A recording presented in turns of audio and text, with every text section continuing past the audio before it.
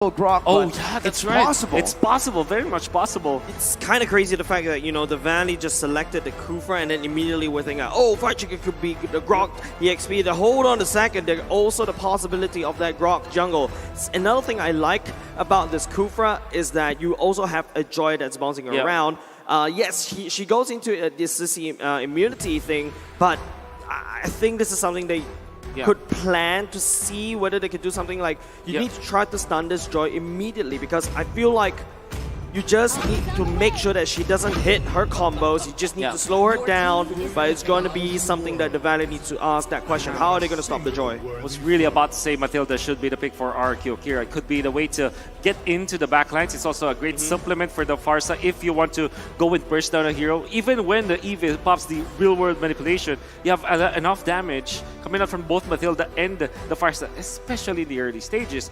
I'm thinking, how about a Liam for the side of the Valley? If they're not concerned about like being a type for Mobile Zane, at least you have that hero that can match up with the Martis. Karina, this is not a conventional pick nowadays. Yeah, but it is a Mobile Zane-ish kind of hero. It is a Mobile Zane hero. You know, since the Karina got revamped, this is the hero that he has found a lot of comfort on. But again, with this hero being picked up, I think very little amount of times here at M4. I think the only time I ever saw it was in the group stage, in the knockout stage, the first time that we are going to be seeing a Karina. So this is the big question for us now. For NA as well, will the Valley be able to prevail with this Karina pick? That is somewhat off meta, right? But with that being said, again, both of the drafts have been set. That Martis is going to be able to cancel out a whole lot of the lockdown CC that the Valley have drafted for themselves. This has been their main keys to success. But we'll see as we enter the land of Dawn for game number 1. Who will secure game number 1? There it is already.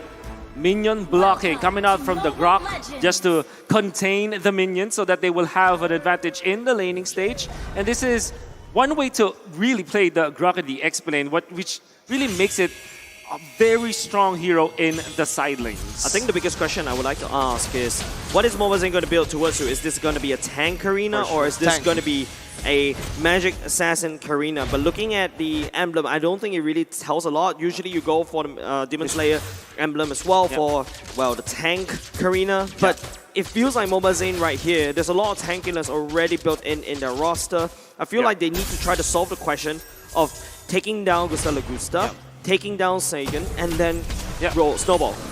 Between the heroes of RRQ Brazil, like you have the Claude as well as the Matilda, and even the Martis at some regard, there's a lot of like uncontrollable damage. Like the Blazing Duet, for sure, you have the choice to turn it on or off, but whenever you put it up, you know that it's going in. That's where the Karina actually flourishes against those kind of heroes. You just reflect back the damage, and this is definitely a Mobile Zane kind of play style that we can see.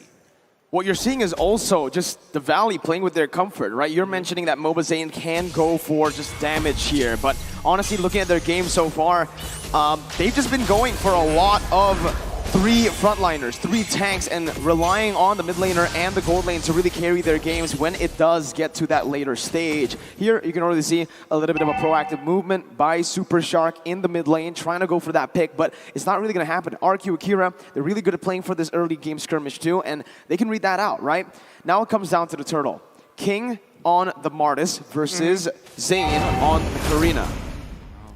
It's going to be dependent on whether or not they will have the ultimate on Super Shark. So what they're doing right now is putting Super Shark in the middle as a roamer so that he'll get to level 4 as he is right now. Takashi putting some effort at the back line. It's going to be Mobile Zane chicken a little bit low. It's going to Super Shark. Minding King is a jump in the turtle pit. It's going to be First Blood awarded over the side to the Valley. The turtle resets.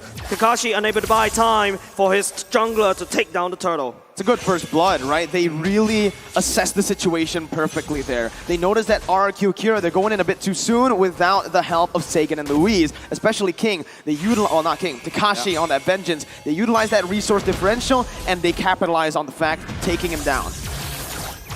They wouldn't have a lot of ultimates to work with now. But then again, both junglers are just busy taking their own purple buffs, and it will be a double buff for Mobile Zane, single buff for King. But King will be faster on the turtle because of this. But Hoon right now doesn't have the real world manipulation. Red airstrike will be going in at the same time. King focusing on the turtle right now. The red airstrike zoning the members of the valley out. Hoon responds with the real world manipulation. Lewis will be given away over to the side of the valley. Objective versus kill. That's what's happening right now. Valley leading with 2 kills, and you know, Wolf, I saw this before. Last time a team prioritized kills, they won. It was That's Falcon. a lot of damage. It was. But then again, this time, you saw RRQ Brazil taking advantage of the fact that Mobazane took his time. He's, in a way, there's a lot of greed in what Mobazane did because he went for 2 buffs first, while King, after dying, he went only to the orange buff and allowed his Matilda and Farsa to zone out the members of the Valley. We talked about this in the draft. There's a lot of combination with the Matilda and the Farsa. There's lethal poke that you can get out of there, and the Valley respected that. That is why they weren't able to position themselves around the turtle. Oh, Look at the stat line, though. Demolition Man. Gusta, the great Demolition Man. Ranked first in hero damage, first in turret damage, and first in turret damage per minute. So there's turret damage per game and per minute. This guy's an absolute monster. I think he just absolutely hates the turrets right now. Yeah. And you can see, right, they're already trying to look for a siege and maybe possibly look for a dive up in the gold lane. yeah, a lot of pressure on the top side by RRQ Akira. Is going to be limiting basic just a little bit, but there will be a lull just in the moment as Mobazane goes in, takes items that he's, takes buff that he should not own. As let's take a look at the emblem. Okay, so definitely going to be tank ability for Mobazane. I think this is just the way to go. Like we said, there's a lot of like uncontrollable damage coming up from RRQ Brazil that they can take care of. I'm actually surprised that Fried Chicken is holding his ground so well, but up top, the punish coming out from the Valley. Punish from up there. RRQ Brazil, I think, overstayed the welcome. They're focusing too much resources around basic, but you can start to see the damage coming off in Takashi, right? Look, Fried Chicken is a grok. It's just, you know, it's just armor. It's not magic resist, and Takashi is there dealing magic damage against that grok. There's, again, for the Valley, a lot of pick potential they can play for, right? And RRQ Akira, they're saying, sure, you can pick up a kills on Louise as many times as you want, but this is what they're going to do back. Yeah, at the same time, backline, Takashi is actually keeping Mobazane a little bit too busy right here. Real one manipulation committed by Hoon will be dropping down the bombs from the side by Super Shock. That's the jump, the bounce, but will not be able to convert it into an ultimate. It's going to be Sagan. That will fall. Mobazane finds assassination. 1,000 gold lead now for the Valley, and so far this prioritized kills over objectives is working for the Valley really well. RRQ Akira are falling behind, and with that, you can already see the siege potential from Team Valley. Super Shark is just way too good at setup heroes. Yeah, 2-0 and 2 from the guy. Amazing jumps, and even you saw some patience from him. He did, even when he already has like the dream combo of the Grok and the Kufra, where there is the Guardian's Barrier, you can just pin them to the wall. He waited for his right moment. He knows that there will be no follow-up because his teammates are on the opposite side of the wall. So he waited for his timing to go for the lockdown. Fried Chicken, again, holding his ground. I wonder how he's able to do it. It's not easy. Yeah, there you go. It's going to be Matilda using the ultimate on top of Mobazane. The Void Crystals from Hoon will slow down that push. The Valley currently on 5-0 in terms of the kill score, but RRQ Akira has the better map control in my opinion. Yeah, I agree, right? The map control that they've been able to get with the XP lead in a few of these lanes because of the turtle. And even here, you can see the deaths, right? You look at the score and you think it's horrible for RRQ Akira, but most of these deaths have been placed onto the roamer. Oh, Feather Ezra coming in. Lewis is actually pincering. Look at how Augusta, the Demolition Man, going to business. He's taking down the top side. That's the first turret in the favor of RRQ Akira. Again, the people or the members from RRQ Akira that have been taken down are mostly just the frontliners, King and Louise. Sure, there are a few deaths here from Takashi and Sagan, but that's despite the point. They can actually utilize this 500 or 1,000 gold lead from the Valley, and they could just use it to farm constantly, right? Creating space for themselves on the map to get those power spikes on the Farsa and the Claws. Yeah, Fried Chicken using the wall charge, get out of the way. The real one manipulation on top of Hoon. It's going to be Sagan will be able to fly away with the wings by wings. No kills for the Valley for now, but you know they are hungry. All of the space that is created by Team Valley. 4 of their members always fighting against RRQ Brazil. Allows for basic. Oh, he catches Louise right at the back line. Giving the kill over to basic. To Valley immediately transition into a turtle takedown. That's the third turtle in the pockets of the Valley. RRQ Akira need to be very careful the way they're playing, right? Sure, it's still just Louise who's getting caught, not Gusta, not Sagan, but the more the rover gets taken down, that's more less map control you have, and Super Shark's going for it. Super Shark's going in once again. The rare strike going down to basically zone out, but that will not be enough. The Valley will be able to take down the top side as well. What was saying going on 1v1 against King, but it's going to be a tanky Karina going up against a tanky Martis. I love to see it, right? Two tanks just beating each other up. Yeah, man. Doesn't care about the minions. Hey, Yeah. you and me in the middle right now. Do that in no chat. Okay. It will be difficult now to deal with the Valley already. You can see Super Shark picking up the Radiant Armor. Majority of the early game damage of RRQ Akira is based on magic. That's Joy, that's Farsa, that's Matilda, all nullified with this item. And then, if you're looking at basic, already picking up the Wind of Nature, it means that even the physical damage department, that's gonna struggle against Team Valley. I'm not seeing any damage output now, any DPS now coming out from RRQ Akira, so they just need to farm up. Maybe wait for their timings, but the Valley, they're not letting that happen. Oh, Super Shark jumps in, pins Takashi right into the wall. That's Basic picking up that kill for now. Hoon coming in, Mobazin coming in for the flank. King will not be able to survive. Karina finds assassination with the help of Hoon's Rip Wall manipulation. An amazing gank by the Valley, knowing exactly what RRQ Akira were doing. They placed most of their members up in that top lane. So the Valley just utilized that, capitalized, and just dove them down. No hesitation whatsoever. The Valley with crisp, clean communication, and they're going to be able to punish a bit more. Look at that. Because of the winning team fight at the bottom lane, Basic translates that into 2 turret takedown. RRQ Akira needs to solve this big problem. Where is their damage coming from? They will have to wait for both the Farsa and the Claude to have items before they are able to output the damage. At this point, the Valley is just way too bulky and just so farmed with 3.7 thousand gold of an advantage. RRQ Akira will have to wait for their moments. Will the Valley not let that happen?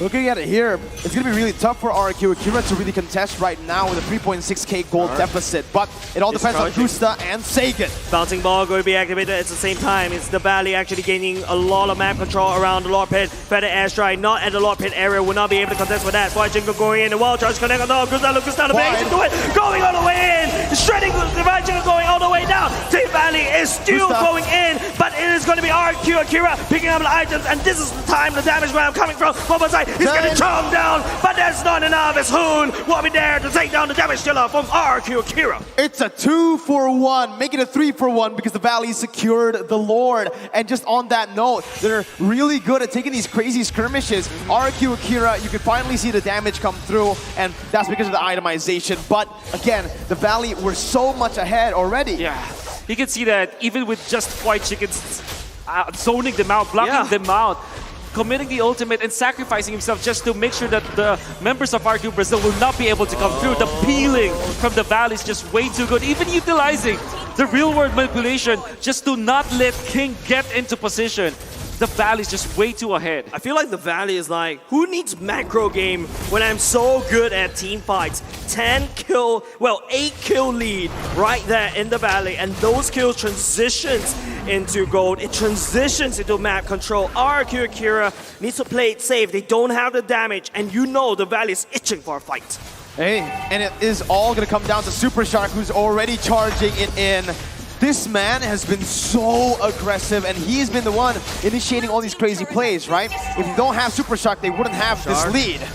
The Jar jumping in, real one to go in, Super Shark all the way in the enemy base, and he's creating so much space for the time being. The Valley is actually focusing on the Lord in the bottom lane instead, and that is the prize. A White Chicken will sacrifice his life for the bottom lane turret. What a fight! The Valley, again, they lose one member, but it's all good. It's a frontliner. It's just White Chicken. They get a base turret with the first Lord, and that's so much value. That's so much value indeed. Because normally in a game where you have your all of your economies all together, whoever gets the first Lord doesn't really get any any inhibitor turret, and them getting that is such a high value sacrifice coming out from White Chicken. And I like the way that they're layering all their stuns, right? The Fried Chicken goes in, and then Super Shark comes afterwards. So it's like a combination of whether you go first with the Grok or the Kufra. Well, you know, I have another question here. Looking at the itemization. Oh, never mind. Oh, so close there. Super Shark going to be poked down for a bit. They're looking for just a steal here. Actually, wow, good steal by Zane. But back to my question. The Valley and RRQ Akira, it seems like Gusta Lagusta is going to be the main man when it comes to the later stage of the game. From Skylar, from Oheb, yesterday in the match, we saw that the Corrosion side was an option. Do you think that Gusta needs to go for the Corrosion side here to be that late game carry? I think so. I think you badly need that. Because of the updates of the Corrosion side, it just makes so much value for attack between heroes. I don't know whether this is the real one. Believe you're going in as well, but it would not be. It is going to be the mid lane for the side of RRQ Akira cracked open for now. The fact that Superstar is just literally charging up created so much invisible pressure against RRQ Akira. Oh man, they're making it easy for basic. Like the Valley, they're just peeling for basic. Then you cannot see any initiation coming out from RRQ Akira that can go to the backlines unless they do it now. King with a flank. That's a good flank coming up on Gusta Lagusta. Would that be enough though? But Momose will be able to just bouncing a BMI. Well, no, Gusta Lagusta will be destroyed by Basic, and he is on the hunt. It is going to be King that says Basic, no, you're not going to be able to do anything for now because I'm going to take you down. But Superstar on the other hand, it is going to be him creating so much space. Wipe out! Wipe out the Valley again! Dudes, they're gonna end the game right now with a crazy dominant game in game number 1 to secure it first here. White Chicken just adding a little bit to that spice that we said that you need in Indonesia. It's like, I'm totally imagining the Valley is like throwing the fried chicken drumstick at the enemy. It actually hurts. I am Goreng with a lot of sambal in there as he went in. Even Hoon picked up what? 2 golden staves. There's a plural for that. Golden staff. Two pieces of golden staff, right? Just to finish up the game so they can attack quickly. But then again, you see that the Valley, whenever they initiate together with Super Shark as well as Fried Chicken, it's very smart in how they are